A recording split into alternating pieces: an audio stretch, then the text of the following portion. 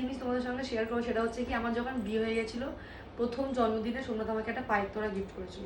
ওটা একটু মোটা ছিল কিন্তু আমি ওটা অনেক পরেছি, এটা এখন পাতলা হয়ে গেছে। আর এই হচ্ছে সেই পায়ের তোড়া, ডিজাইনটা বোঝা যাচ্ছে?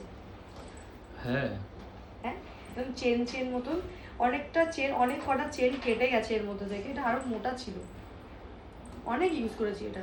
সেদিনকার আমি গেছিলাম বাড়িতে, তো বাড়িতে মা বললো এটা পায়ের তোড়া আছে তুই পর নিয়ে যা, তো ওই জন্য এটা নিয়ে চলে এসেছি। পড়ি আর না পড়ি আমার কাছে থাকুক। কেমন এটা দিয়ে তো নতুন নিয়ে যেতে পারি বানিয়ে, না অন্য। এখন যা সোনার উপর দাম বেড়েছে, হ্যাঁ মানে দিয়ে নেওয়াটা লস। এটা যদি দিই দাম পাবো, কিন্তু যেটা নেবো সেটা এরকম মোটা হবে না, আর ওর থেকে পাতলা হয়ে যাবে। তো ওর মধ্যে আরো কিছু মিলিয়ে দিতে হবে। মামামেরই একটা কি জোর বৃষ্টি পড়ছে, শুরু হয়ে গেল। বাবার মধ্যে ছাদের উপর একখানি জামা প্যান্ট আছে। মামামেরই একটা পায়ের তোড়া বানিয়েছি আমি, 1 বছরও হয়নি না, 3,500-4,000 টাকা নিয়েছিল।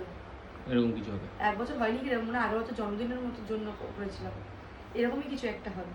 তো যাই হোক, আমার মেকআপের জিনিস দেখানো হয়ে গেল, আমি এগুলো এখন বসে বসে গোছাই। অনেক কথা বলে ফেলছি, অনেক কথা।